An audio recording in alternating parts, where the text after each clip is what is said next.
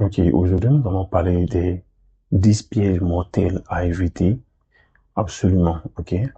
Alors si vous êtes en thème là, que vous voulez exceller en maths, ne pas commettre ces erreurs, mais tomber dans ces pièges, je vous exhorte vraiment à suivre cette série de vidéos qui va se passer en 10 vidéos. Il y a 10 pièges, donc on fera 10 vidéos. D'abord, le premier piège que vous devez connaître aujourd'hui, quand la vidéo nous a porté sur le premier piège, c'est ce piège à l'illusion de la positivité. De quoi s'agit-il concrètement? Ok? De quoi s'agit-il concrètement? On va en parler. D'abord, qu'est-ce que j'ai appelé l'illusion de la positivité? Il s'agit tout simplement, il s'agit tout simplement, euh, de quoi s'agit-il? On confond souvent la croissance et la positivité. Ce mot-là, retenez bien ce mot-là. La croissance et la positivité. On confond ça. Une fonction qui montre n'est pas forcément au-dessus de l'axe des abscisses. Et inversement, c'est ce que vous devez savoir.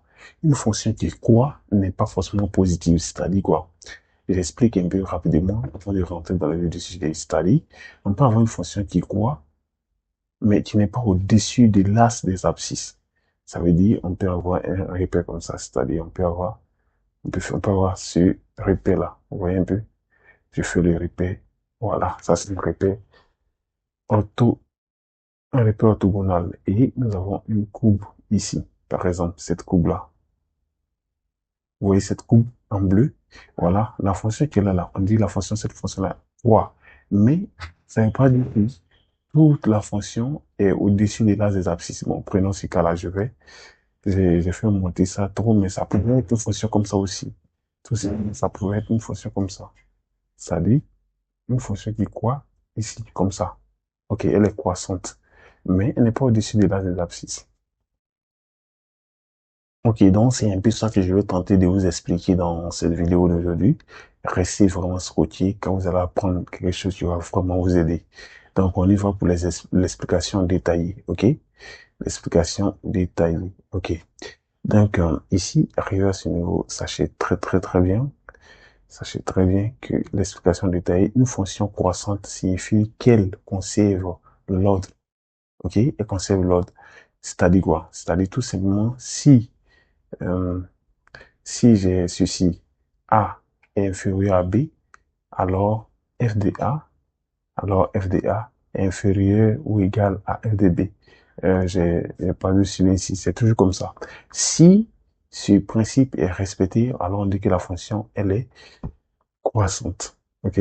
La fonction, elle est croissante. Cela ne dit absolument rien sur la position, comme je l'ai écrit ici, sur la position par rapport à l'axe des abscisses. Ok? Ça ne dit rien par rapport à l'axe des abscisses. Ça ne veut pas dire que c'est au-dessus de l'axe des abscisses. Non, oublie ça. Contre-exemple et assassin. Pourquoi j'ai noté assassin? Parce que c'est un peu contre-intuitif. Donc, contre-exemple, assassin. F de x égale à ln de x, par exemple. La fonction ln de x, si beaucoup ne le savent pas parce que vous êtes en début d'année, on appelle ln, c'est la fonction logarithme népérien. Ok, c'est une fonction qui est définie en général sur l'intervalle 0 plus l'infini. Voilà, l'intervalle ouvert 0 plus l'infini. Elle est croissante sur cet intervalle-là. Là, cette fonction qui est là, elle est croissante. La fonction ln de x est croissante sur l'intervalle 0 plus l'infini. Sa dérivée est 1 sur x. OK? Et cette dérivée-là, elle est positive.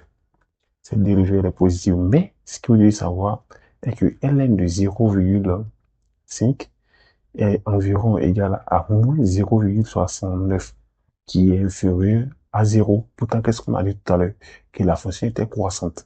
Ce que vous devez savoir, elle est négative sur l'intervalle 0, intervalle ouvert 0, 1.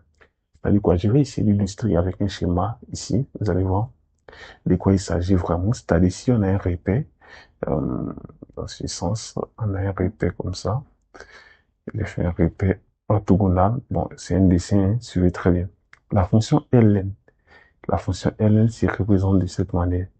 La fonction ln est définie de 0, c'est-à-dire si on a 0, on sait très bien qu'on a 0 ici. Dans la fonction, on a 0 ici. OK. La fonction est ici, nous avons plus l'infini.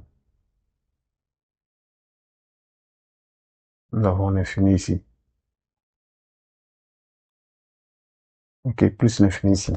La fonction ln a ici, c'est-à-dire, elle définit de 0 à plus l'infini. Mais sur l'intervalle 0 et 1, elle est, s'il y a 1 ici, il y a placé mon 1. Voilà. Ok. S'il y a 1 ici, de 0 à 1, la fonction ln est en dessous de la courbe de la fonction L, logarithme népérien est en dessous qu'on appelle, de l'axe des abscisses. En dessous de l'axe des abscisses, c'est-à-dire, ça sera comme ça. Ça sera comme ça. Ok. Et au-delà de 1, ça monte comme ça. Ok.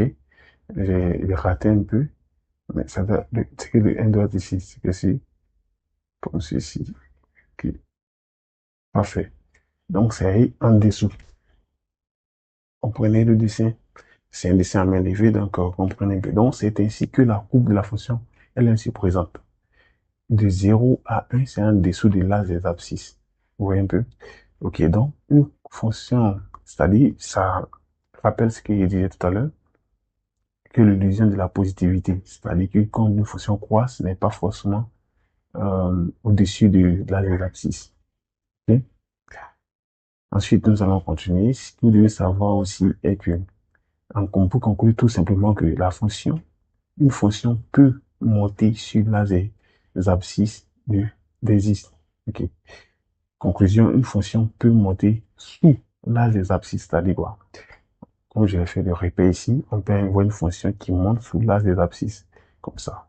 C'est-à-dire, elle peut croître à partir de là, comme ça. Mais elle monte sous l'axe des abscisses, elle est croissante. Ça ne veut pas dire qu'elle est positive. Ok? D'accord. Donc, réciproquement, tout aussi fausse. C'est-à-dire la fonction g de x qui est égale à 1 sur x au carré est positive sur r. Cette fonction est positive sur r. Par contre, ce que vous devez savoir est qu'elle est positive comme ça, mais on va continuer, vous allez voir, mais elle est décroissante. Ok? C'est une fonction qui est décroissante. Vous voyez un peu? Comme je disais tout à l'heure. C'est une fonction qui est positive sur R étoile, c'est-à-dire tous les nombres réels sauf 0. Donc, elle est décroissante sur l'intervalle 0 plus l'infini. Elle est décroissante sur l'intervalle 0 plus l'infini. Donc, être au-dessus de l'as ne garantit pas de la montée. Voilà. Je vais illustrer ici, j'ai refait un autre répète pour vous montrer ce que je viens de dire. Un répète un peu rapide, c'est-à-dire quoi? On peut avoir une fonction comme ça, ici, comme ça, qui est au-dessus de l'axe des abscisses. Voici l'axe des abscisses ici. Mais cette fonction, elle est décroissante. Quand bien même que elle est au-dessus de l'axe des abscisses, elle est décroissante. Ok? J'espère que jusque-là, les explications sont claires et ça permet de comprendre mieux ce qu'ils sont en train d'expliquer. Parce que beaucoup font cette confusion et c'est pas une confusion qui vous garantit le succès. En tout cas, ça vous envoie beaucoup à l'échec parce qu'il faut pas faire cette erreur. Ok? Maintenant, nous allons terminer par le schéma mental que vous devez retenir. Ce schéma mental est plus important pour ceux qui ont du mal à comprendre les choses et créer un schéma mental pour vous faciliter la compréhension. Ok? Donc, ce que vous devez comprendre est que image mentale, ok? Croissance égale à mouvement, ok? On dit une fonction croissance égale à mouvement, monter ou descendre, voilà, descendre, ok? Croissance égale à mouvement. Quand on dit ça croît, ça peut monter, ça monte, croissance, ça monte, ok?